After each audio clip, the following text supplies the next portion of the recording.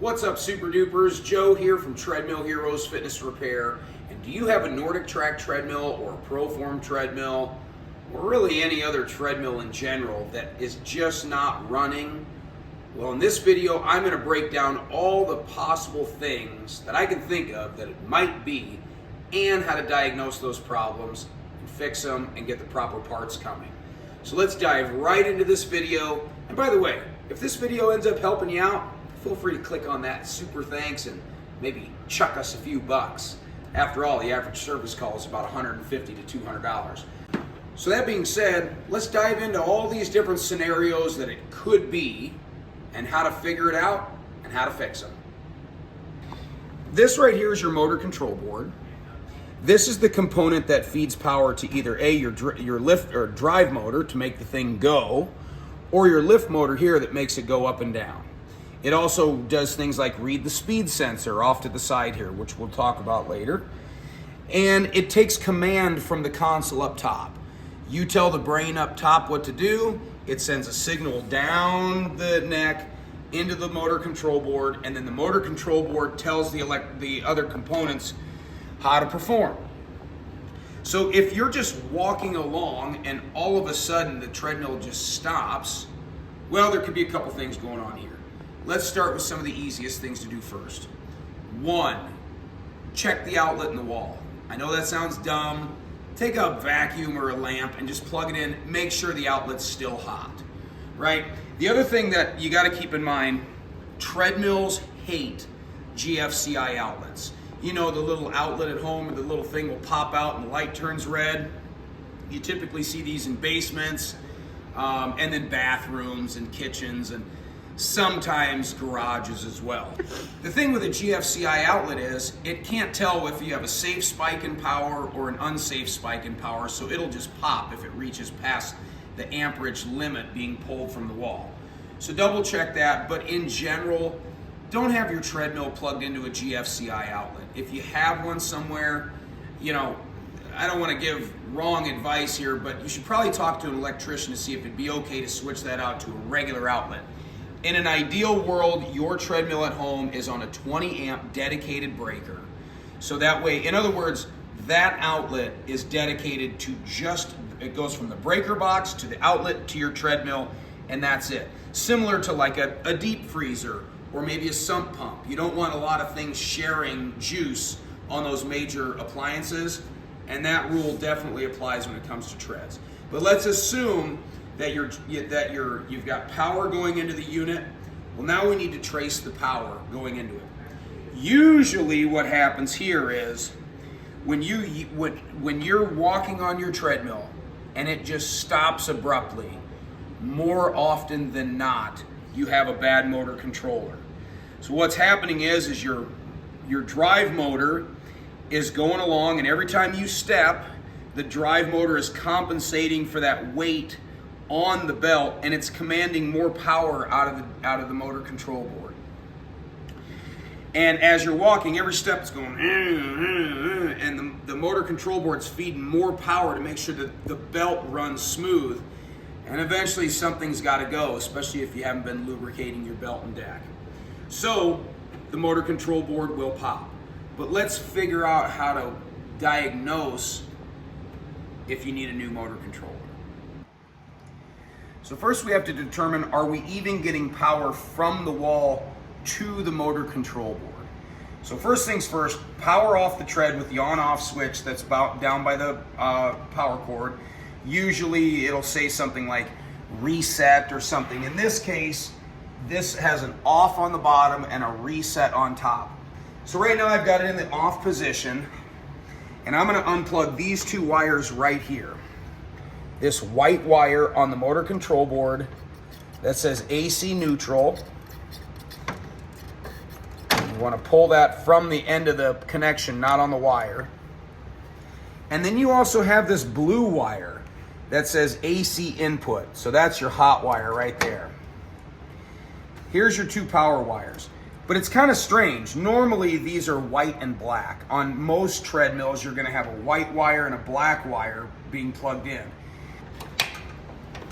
Most power wires that plug from the wall into the unit they're gonna have 3 different color wires in there. You're gonna have a white one, which is typically neutral, a black one, which is typically your hot wire, and then a green one, which is your ground wire. And that is the case here. So, take this little plate off. Some Nordic Track treadmills have a plate, some don't. If you look, here's the deal. Power cord coming in, black wire, white wire, ground wire. The white wire, right from the cord, goes right into the neutral spot on the motor control board. But then you have this black wire that goes down to the on-off switch or the reset off switch. So it feeds right in here to the top from the power wire, and then out comes a blue wire. So this blue wire, especially on Nordic Tracks and Proforms and other Icon units, this blue wire feeds into the motor right here and then back out. Inside of this motor right here, this blue wire, on the end of that is a heat sensor. And that sits inside of this motor, and it makes sure that the motor is not running too hot or it's arcing or there's a short or anything like that. If that sensor on the end of this wire determines that there's something funky going on with this motor, it will kill power to the motor controller. Because that blue wire comes in through the reset switch, goes into the motor, into its little sensor, and then back out to the motor control board. And that's when the motor control board gets power. So this is kind of like a protector inside of this motor saying, hey, if that motor is running weird, I'm gonna kill power to the unit so I don't do damage to the motor controller. Okay? So, how to test if you're getting power into the unit? Well, let's start right here. So you can take your multimeter, hopefully you have one. If not, go borrow one from your old salty neighbor, and put it on AC volts right here, the little squiggly line. And I'm just gonna go ahead and plug my leads into the neutral and this blue hot wire here. Make sure that's nothing's touching metal here, which it's not. And then I'm gonna turn on the unit. And wouldn't you know it, I'm getting 121 volts AC. So right there, I know that I've got power coming out of the wall, through the cord, through the on-off switch, through the heat sensor in the drive motor, and into the motor control board. So we know we've got power getting its way all the way to this board. So now that we've determined we're getting power all the way to the motor control board, let's figure out if we have a bad motor or if we have a bad motor controller. And one of the ways we can figure that out is the motor controller feeding power to the drive motor? Now keep in mind, when you get power out of your wall at home, that's AC power. The AC power goes into the motor control board, and then it converts that AC power to DC power for the drive motor itself. Typically the lift motors will still always run on AC power. So this motor control board is kind of unique in the sense that it'll convert some of the power to DC to power the DC motor, or it'll keep AC power going to the lift motor here. So the drive motor here is typically always ran with a black and red wire. Think of this as like your battery on your car, right? Red is positive, black is negative, right? So it's kind of cool. So you just unplug these wires right here. That one and that one. So these are your drive motor wires, red and black. So what we can do is we can actually test to see if those leads are shooting out DC voltage when we hit start. So you can change your meter to DC volts, and then you can put your leads right on there. Be very careful not to cross those leads. But if you put your leads on the motor plus right there and the motor negative right there, you're gonna need a little bit of help, because once you hit the start button, you need to be holding this. So get some help from home. In this case, I'm gonna use my camera runner here just to hit the start on the console while I'm holding this, and then come right back down here to see where we're at. So we're hitting start, and wouldn't you know it, we've got DC voltage right there being sent to our drive motor. If I take my leads off, we're not getting anything.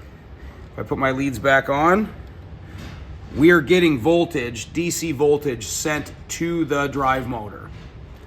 So we know that this is trying to send power to the drive motor, but right now it's unplugged. Okay. So let's get into some ways how you can test your drive motor. One of the ways you can test it is by putting your meter onto ohms. That's the little horseshoe. And what you can do is, usually on a multimeter, there's a couple different modes you can hit. Just go on the mode to where when you touch the leads, they beep. You should have continuity in a DC motor between the red wire and the black wire that go into the motor. So, in other words, when you put your test lead in one end of the motor wire, you should get a beep through the other end. That's a good sign right there that you've got a good drive motor.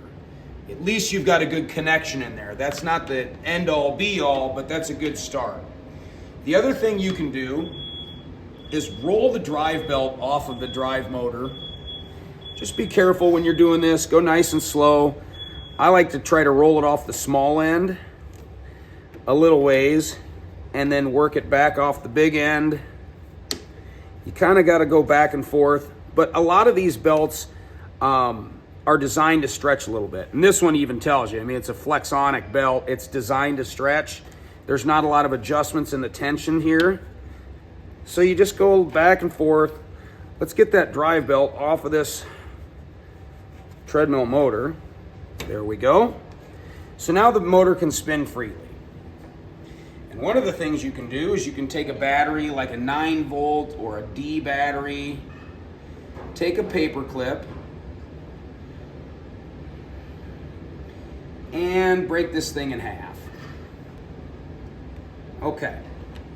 Now what you can do is you can put one end of the wire, or one end of the paper clip into the wire here. I like to kind of go in between the coating and the metal piece there, because then it holds it a little bit tighter. Sometimes it can be kind of a little bit of a stinker to get it in there.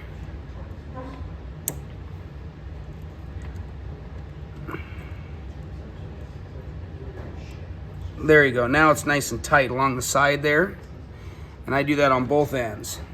There again, make sure to power off your treadmill at this point in the game, because you could accidentally touch that paper clip to a live point on that motor control board. There we go. Nice tight connection into both the black and the red wire. And does not matter which end of the battery you put it. On the D end, here and here, looky there, the motor's moving all by itself. Now, usually a D battery or a 9-volt battery is not going to be strong enough to turn the drive motor with the belt, because that's a lot, a little bit of drag right there just in its own right with nobody on it. But that right there is enough to say, okay, well, the motor is accepting power and it's turning. You know what's kind of interesting? We have this going backwards right now because I have the leads on the wrong spot. I've got the black wire on the positive end of the battery and the red on the negative. Same thing would happen if you flip-flop the black and red wire on the motor controller. It wouldn't hurt anything, but you'd know right away because your belt would be moving backwards. When talking about the black and red wire from the motor, the black wire specifically, if you have a treadmill that's not a Nordic Track treadmill, well, a lot of times you have your traditional black hot wire going into the motor controller and your traditional white neutral wire going into the motor control board. In switching things around, unplugging things, it can happen where you can accidentally plug the black power wire into the black motor port. And when that happens, I hope you're celebrating 4th of July, because you're gonna get some sparks and all kinds of neat fireworks going off into your machine, and at that point you definitely need a motor controller. And while we're talking about motors and testing and multimeters and batteries, I want to circle back to this blue sensor here. One of the ways that you can test if you have a bad heat sensor in here is kind of the same way you would test the continuity with the drive motor. Same deal, right? The end of this blue wire here, I'm gonna snip this other zip tie out of the way here so I can show you guys. So, let's circle back to this. And we got zip ties for days here underneath this thing. So, we have this blue wire that's coming off of the on-off switch, going into the motor, and this blue wire going into the motor controller. Now, one of the things we have to test first is, let's just say you're not getting power to the board.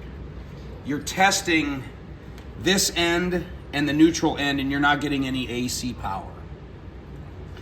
Well, let's determine if the power is even making it through the end here, because it might be a bad on-off switch, okay? And one of the ways that you can test that is they've got a connector point here. You can just unplug this and eliminate the motor altogether, right? And now you have your blue wire coming out of the power switch and your white wire coming out of the power switch. Right there. These are both coming out, or this is coming out of the power cord and this is coming out of the on-off switch. So you can just test it right here. If you're getting power here, AC power there, but when you plug this in, now it's going through the sensor on the inside of this and back out to here. If you're not getting power on this end with the AC wire, the AC neutral wire, then you know you've got something going on right here inside the sensor. And let me show you the inside of this thing. So you can just get out your little pocket knife or whatever, and you can just take this little cap off. Just kind of pry it off there. Sometimes it takes a little doing. Just kind of wiggle him around. He'll come out. There we go. So this cap is also holding, I believe, a motor brush in on this side. Nope.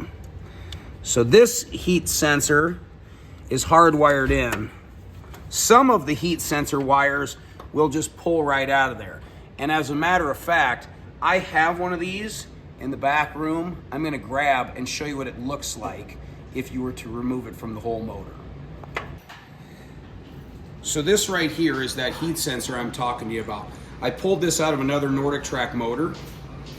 And so this is how it works. Power goes through, power comes back out. If this determines that there's something going on with that drive motor that's wonky or hot or whatever, it'll just kill power going back out to the motor control board. So one of the ways that you can test if these are good is on each end here. And you just do a simple continuity test, right? We're back to the horseshoe right there. And we're gonna make this thing beep. Does it beep when you touch your leads? Yep. So you can put your tester right in here, tester right in here. That's good. If there was an issue with this guy right here, it wouldn't beep. The connection would be broken. So, back to the drive motor. You can actually test the drive motor as well with like a DeWalt battery. Usually these are labeled. A lot of your power tool batteries. On the end here, you got B+ and B-. All these other things, I'm too dumb to know what those middle slots are. But you can stick your paper clip in here and stick your paper clip in there. That would be just like putting it on the end of a D battery. But this has got a lot more juice. So if you got a charged battery, that means this drive motor is going to spin a little bit faster than it would have with a D battery. And look at that. Now it's really cooking.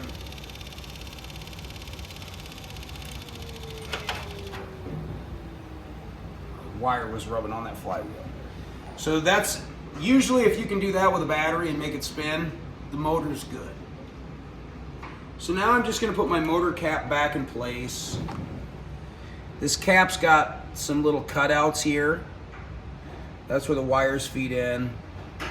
This can be kind of a little bit of a pain in the butt to get them to fit back in there. But you'll get them. You're a smart person.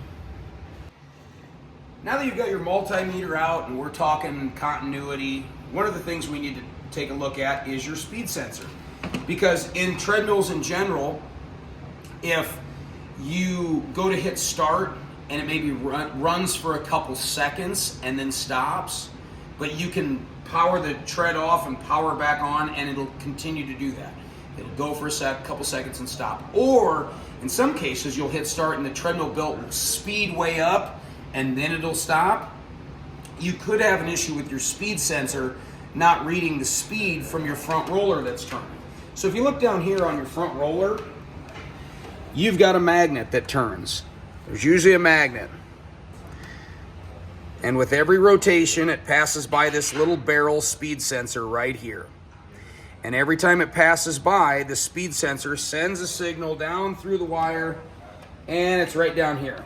It's usually a 2-pin wire, plugs in right to the motor control board, right? So if the speed sensor is working properly, I'm gonna go ahead and get us a little bit of slack here. Cut yet another zip tie. So if indeed the speed sensor is working properly, every time that magnet, it passes by the sensor, these 2 points should beep. So to prove what I'm saying, I'm gonna move the magnet away from the sensor. So the magnet is at 12 o'clock. Sensor is not reading a magnet.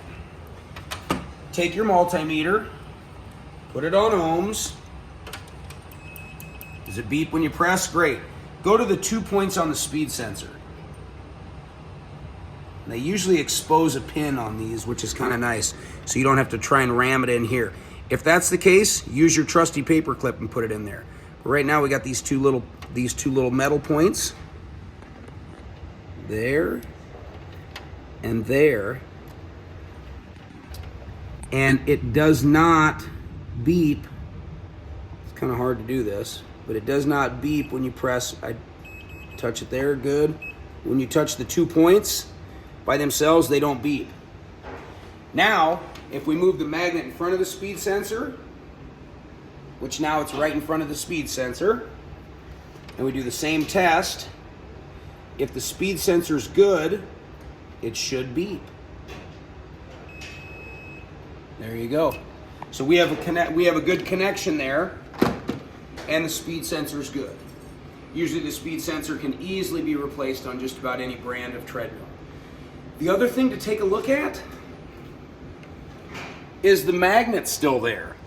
I've seen it where the magnet is not held in tight like this one is, and it just popped out and it's stuck to the frame.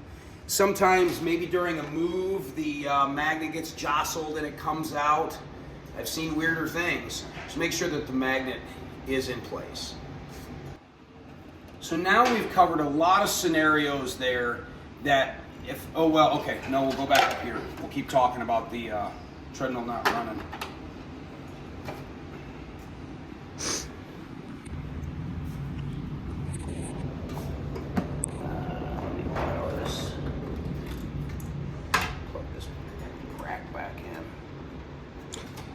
Another thing that we can check if the treadmill just stopped running, it could be something as stupid as a safety key.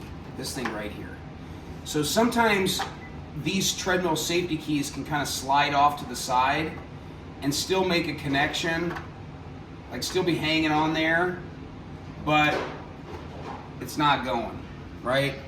So you want to make sure your treadmill safety magnet is in place. I have seen it too, where sometimes these magnets just lose some of their polarity, and they're not making a good connection to tell the console that it's on. One of the ways you can test is just to make sure it's got good polarity. Is go over to your beer fridge and just make sure that it sticks. I know that sounds stupid, but this little magnet on here is, I mean, it's a pretty strong magnet.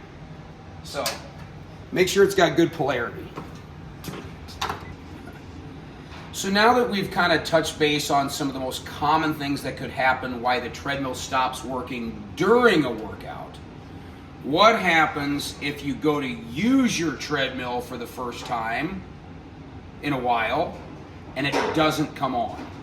Well, there's a lot of similarities here, but let's dive right in. Let's start with the simple stuff there again. Let's go back to the magnet. Is the safety magnet in place? Or do you have kids or senile old folks who live with you who might have taken the safety magnet and hit it? Okay, so make sure that's in place. Like I said, a lot of the same rules apply if you went to use your treadmill for the first time in a while and now it's not running. Do the same test with the multimeter that we talked about beforehand. Are you getting power from the wall into the motor control board? Do you see any indicator lights? When you hit start, does it count down 3, 2, 1, and then nothing goes? With exception to the Nordic Track and Icon treadmills, typically inside of these units, the motor control board has a relay switch. And if you've ever noticed, you'll hit start and you'll hear 3, 2, 1, and then it'll click. You'll hear a click from underneath the motor hood there. That click is a relay switch that is basically clicking over to now feed power into the motor, right? If you don't hear that click, usually you have a bad relay switch. And you can't just replace the relay switch built onto the motor control board. You need to replace the whole motor control board. That is typically not for Icon treadmills like a Nordic Track or a Proform or a Reebok unit or anything like that. It's typically for a lot of the other brands that you'll buy for your house. But try it once on your treadmill at home. Hit 3, 2, 1. Usually you'll hear a click and then the belt starts. That means the relay switch is switched over and power is going in the motor. Sometimes you'll have a bad relay switch that will go click, click. That's basically on, off, on, off. It's not staying on to feed power. So usually if you hear a double click, usually that means you've got a bad motor control board. But you can still do the test that we talked earlier about with the voltage going out. You can also still do a battery test provided you have a DC drive motor. And it'll say right on the label of the motor, like right here, it's upside down, but it does say, 2.6 horsepower continuous DC motor. Any motor that has a 2-wire system like the black and the red here, forget the heat sink, but just the black and the red here, that's usually a DC motor, but it'll be labeled. You will have some bigger commercial grade treadmills that'll have an AC motor. It'll be a giant motor with usually a 3 to 6 pin wire harness on it. We're not even going to dive into that because that's full-blown commercial units and that's a whole different video series. Now, if you've recently moved your treadmill or somebody else moved it for you, or you just unpacked it, you moved to a new state and you got the treadmill put together, it's not running, let's look at a couple things. Keep in mind, each treadmill has like a spinal cord right here. This is your main data cable. This is the cable that runs, well, in this case, it runs down through this belly pan into the upright and it goes all the way up. I pulled out some excess here and it feeds into the console. These wires can get pinched, especially right in here. This treadmill's a little rusty because it's been used a little, but if you loosen up these 3 bolts on the same side as where the wire harness is going through, what can happen is as the wire harness goes from this upright piece to the frame, it can get pinched in here and you really don't even realize it. And then you tighten up these bolts down through here and you're basically pinching the wire harness and disrupting the connection. And more often than not, it's the power connection that runs through there.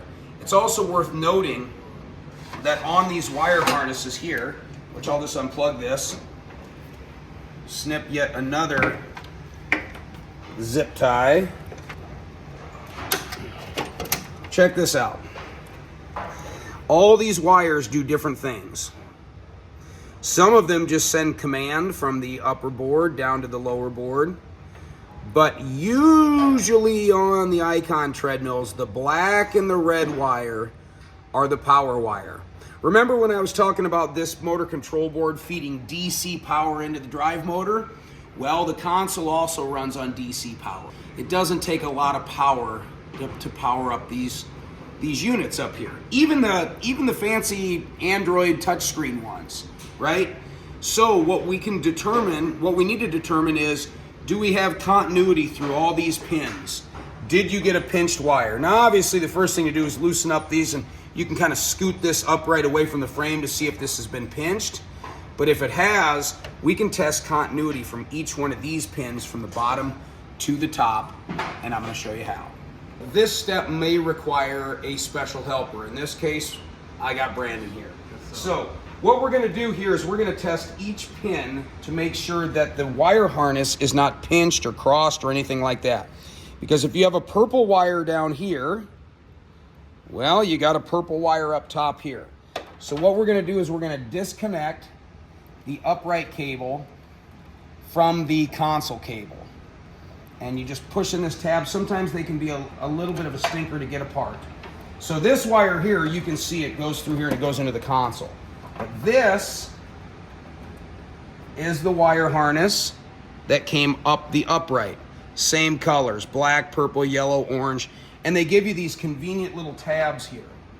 So, back to your meter, set it to the horseshoe, the old beeping horseshoe.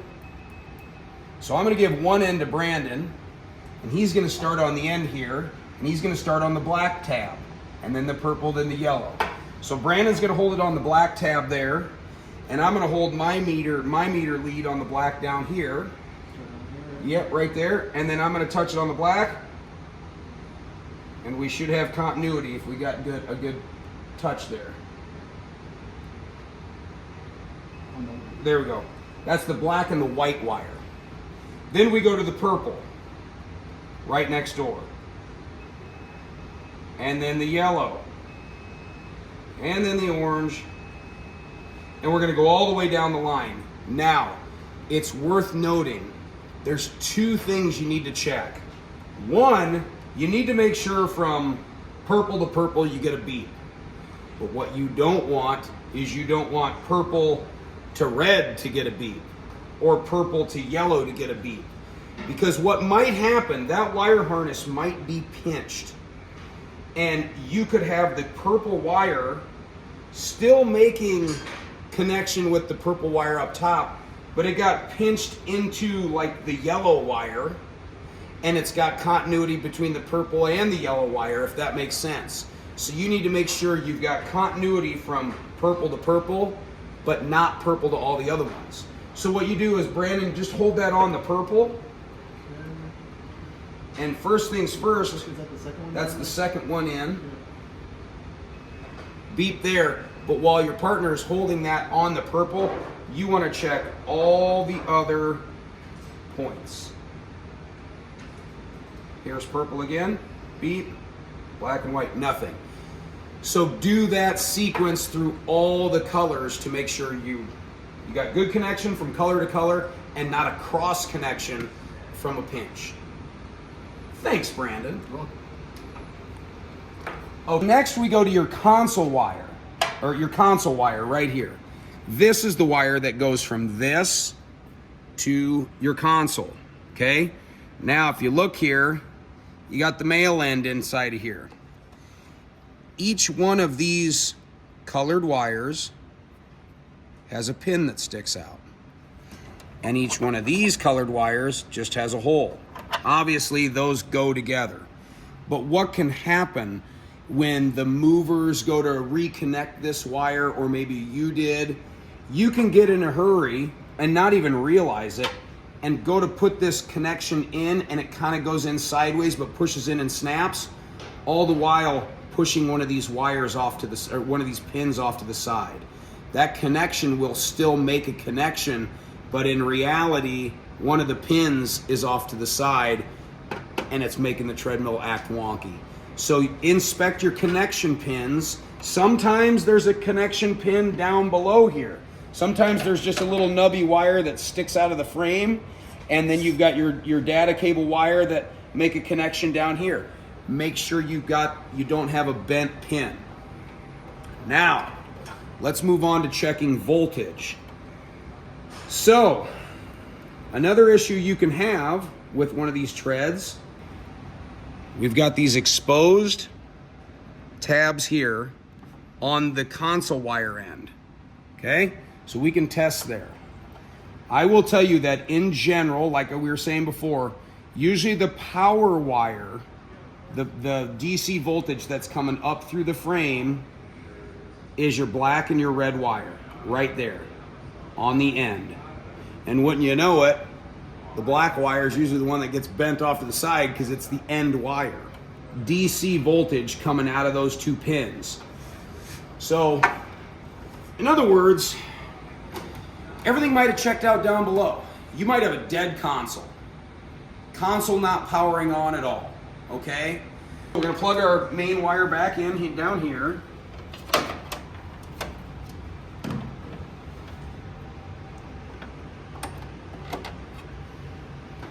But we take our meter back to DC volts. I'll set that right there. And now we're gonna go to our black and our red pin. Black wire on the black pin. Red wire on the red pin. Well, in this case, it's 9 volts DC. Everyone's a little bit different. On some of the older Nordic Track treadmills, it's 5 volts. It needs to be at least 5 volts. In this case, we're getting 9 volts up to the top. That's good. That means this is getting adequate power up to the screen. So it's going to range depending on the console that you have. Some of them require a little bit more DC volts than others. In this case, this is a 9 volt one. But now we can verify that we're getting voltage up to the console. So if you verify that you've got 9 volts, 5 volts, 6 volts, 7 volts, whatever it is going into this panel, and it's completely dead, and the safety key's in place, it's probably a bad console. Which, by the way, reach out to the Fitness Graveyard. They probably have a used one. They can send you one. We've gotten quite a few consoles from those guys over the years. Because you don't want to try to order one of these consoles from Nordic Track. God bless them. But you're going to end up with a console that costs darn near more than what the treadmill cost when it was new. Okay, maybe your treadmill is running, but the belt is slipping.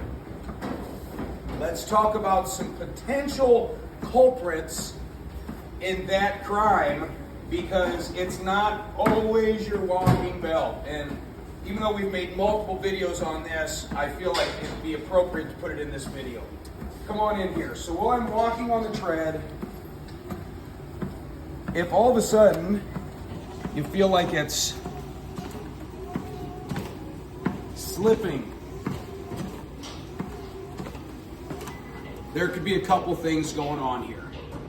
So before you just grab an Allen wrench and start tightening up the rear roller, assuming it's the running belt, we need to look at a couple different things here. One, pop the hood on your treadmill and inspect the drive belt right here. Make sure that the drive belt is tight enough to where you can bend it with your fingers, and you can usually get to about 90 degrees, but not past it. If you can't even get to 45 degrees, well, your belt might be a little too tight and cause some bearing issues. But if you can bend it with your fingers and get it to about 90, that means that's good and tight. Usually too, if the belt is slipping and you hear a high-pitched squeak, similar to a eep, well, that's rubber on plastic, and it's usually this rubber belt slipping on this drive pulley here, that then turns the roller, that then turns the belt. If you verify that it's not your drive belt, then you can, most likely it's your running belt here. And I'm gonna show you how to tighten that up. But there's one other thing that it can be, and I've seen this across the board on multiple brands. If we come in here, this is your drive pulley, your front roller pulley. This is plastic. This is your front roller, which is metal. You see, there's little grooves in here. And all this is a plastic pulley that got pressed onto this metal roller, and they glued it on. And you know, it's fitting kind of in these grooves. So when the motor turns, this bites on the roller and turns that. I have seen the glue give way in here, and when you're stepping down on your drive belt, it's stopping this roller, the motor's turning, and it's the drive pulley here that's slipping on the barrel. And you don't even realize it, and then you just start tightening up the running belt, and then you start, messing with bearings, and the belt folds up the middle. So, how do you know if it's your drive pulley on your front roller that's slipping and not your running belt if you can't see it to the naked eye? So what I'll typically use is like a grease pen or something like that. Mark your front pulley right here, and mark right where it lines up on the front roller right here. There, nice and neat. Now when I hit the start button and it starts moving, it'll always stay lined up. Now, if this is slipping on this, well, these aren't going to be lined up anymore. And then you know your problem is this. Now, I will say this. We haven't had a lot of success re-gluing these pulleys to this front roller. Typically, you've got the grooves inside of here all worn out, and these are all worn out on the barrel. It's hard to re-glue it and make it stick. So typically, you just need to get a whole new front roller. But it could be that, so make sure to do a little test and a little line test there. And then we can start worrying about this drive belt. Then we can start tightening up that. And I know there's a bazillion videos out there on it. I know we've put out quite a few, but here's how to tighten up your running belt. Started at 3 miles an hour. I already took the step saddles off this so we can kind of, see a little bit better. You got your Allen wrench here. While it's running at 3 miles an hour, I like to do a turn here. And then a clockwise turn here. And then just make sure it stays nice and centered while you're tightening it up. If I turn this an extra turn and not this side, it's going to pull this roller out this way a little bit farther, and so then the belt's going to start to move that way. If I loosen it up, well, then the roller pin's going to go in this way and the belt's going to go to shift this way. So these need to be tightened up and loosened equally on both sides. So now that we've done both sides of this, now I can start walking on it, put a little pressure down on it. I can still feel a little slipping, and I can tighten up another whole turn. Usually if it's slipping a little bit, you can get away with a whole turn here. I understand some people tell you do a quarter turn, but my gosh, a quarter turn on each side, you'll be farting with this for an hour. There. Now it's starting to feel pretty snug. Lubricating the belt. So, you should be able to put your hand underneath the belt and feel a little slick residue here. This one's probably due for a little bit of lubricating. This one has been lubricated on a regular basis.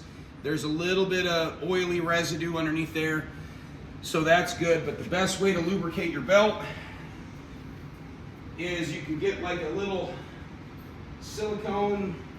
treadmill silicone bottle like this. This right here is about one application.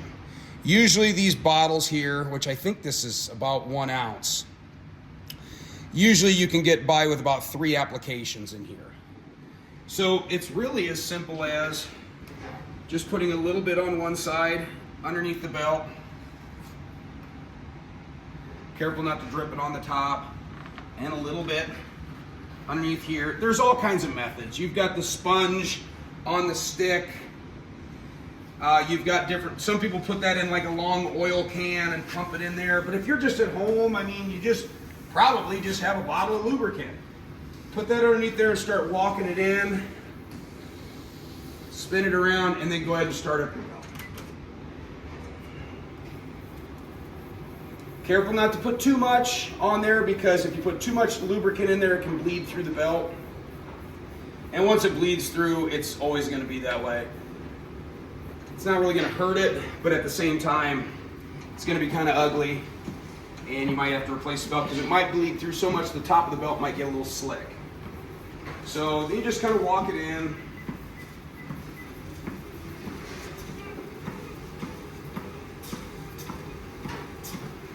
Nice and snug. Lubricant's working itself through. Good to go. Speaking of drive belts, right here. So if the drive belt was loose and you had an issue with this, usually when you open up the motor hood, you're gonna see a little pile of black shavings, little rubber shavings, and they'll accumulate down there in the bottom of the belly pan of the treadmill. And that's also a sign that your drive belt is slipping.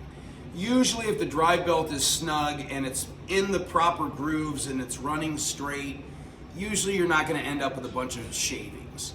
So if you do have some shavings down below there, it's usually from the drive belt, and it might be time to replace the drive belt. And while we're also talking about shavings, we get calls from time to time where customers will state that behind their treadmill they have a bunch of black shavings and they think something's wrong with their treadmill. Well, I'll tell you, it's probably not, because on the back of these treadmill belts, this is a used belt, which we're going to replace anyway before we sell this unit. But usually this is all white, and it's just like a cotton backing. This is just an old dirty belt. Dirt and debris has been underneath of there for a while. So obviously we're going to replace this belt before we ever would sell this tread. But there's no shavings that come from underneath of here. Now, belt shavings can be kicked up from all the movement there and get kind of stuck on the belt and kind of travel along the back. But usually the the shavings that you see there are actually from the bottom of your shoe. Because what a lot of people do, and they don't realize they're doing when they're walking the tread, they skip their heel every step.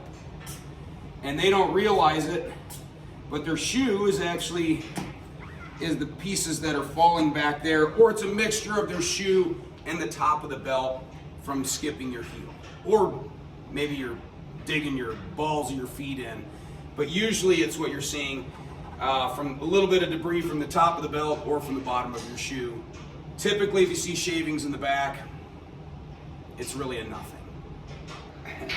So let's talk consoles for a brief moment here. So on treadmills in general, you've got these buttons that aren't really raised. It just looks like a big sticker here. Well, imagine underneath of this is just a series of membranes, just thin little wires. They're not even wires. It's just like a nervous system that runs through the whole console here. And it basically then goes into a ribbon of sorts, where each one of those little veins from each button through the ribbon plugs into the circuit board. So when you press 4, that button push follows the little membrane river to the circuit board there, and the brain now knows that you pressed 4. What can happen over time is one of those little membrane rivers can crack, and then you're not making a good connection from button to the electronics in there. So if it's like your quick key on your 8, well, that's okay, you can just use your speed. But usually the brake is right where the button meets the membrane, and it's usually on the start or the stop or the speed. And one way you can test is, like on this Nordic track, on most Nordic tracks, you can press incline up, incline down, quick keys. And they're all beeping, right? Speeds are beeping. Now, in some cases, this thing will start up on its own, so you don't want to be standing on it. But you want to make sure all the buttons react. So right now I'm going through all the quick keys. Let's say I go to 2, and the tread speeds to 2, and I go to 3, and nothing happens, but I go to 4, and something happens. Well, that means that this membrane right here, this little membrane river, is bad on the 3. I wish we could say that little part can be fixed, but usually you can't. In some cases on treadmills, you can just get a new faceplate with a new membrane, or you can get the membrane sticker and just rip the old membrane sticker off and put the new one on. In this case, they don't sell those. You got to get a whole new faceplate here. So one way to know if you've got a bad console overlay is some buttons beep and react while some buttons do not. We also get calls from time to time that say my heart rate sensors aren't working, my contact heart rate grips aren't working. They won't. They never will. It's a baseline test anyway, and the thing is, anymore in our homes, we've got so much electronic interference, from our cell phones to the microwaves to the invisible fence for the dog next door. You've got all kinds of interference that might act up with this. But one of the things that you can do is sometimes it's just dry palms. And if you just absolutely got to get your heart rate read through your palm, which isn't that accurate anyway, what you can do is cup your hands and just breathe into them or blow into them and get some of that like warm moisture built up, and then grip the contact heart rates. Sometimes people's hands are just dry and it doesn't make a good contact on there, but do not rely too heavily on the contact heart rate. If you really want to have good heart rate readout, get yourself a polar heart rate belt that goes on your bare skin across your chest. Most units will read a polar heart rate belt. Quite frankly, I don't even know if this one does, but I'd be surprised if it didn't. But most higher end treadmills will have an internal polar heart rate reading receiver. What if you're having a noise when you're using your treadmill? All right. Well, the first question you have to ask yourself is, can you duplicate the noise, or replicate the noise, I should say, when the treadmill is not running? In other words, you might have an issue with a loose deck, an unbalanced treadmill, a loose bolt. So if you run on the treadmill, for example, and you hear a click, click, click, click every time you run, well, power off the treadmill and just kind of bounce in that spot where typically your feet hit, and see if you can replicate the issue. At that point, it's a process of elimination, right? It's like when we were kids and we played Guess Who, right? Does your guy have glasses? No, he doesn't. Well, you flip down all the ones who have glasses. So it's kind of the same way here, right? If you can duplicate or replicate the click when you're just bouncing on the treadmill, well, that means the drive motor has nothing to do with it. And furthermore, neither do the rollers, because the rollers sit in place and they just spin, right? So you can eliminate some things right off the bat if you can, replicate the noise. If you can't replicate the noise when you don't have the tread running, then you can turn it on and we can figure out, do you have like a click coming from the motor bearings? Do you have noises coming from the roller bearings?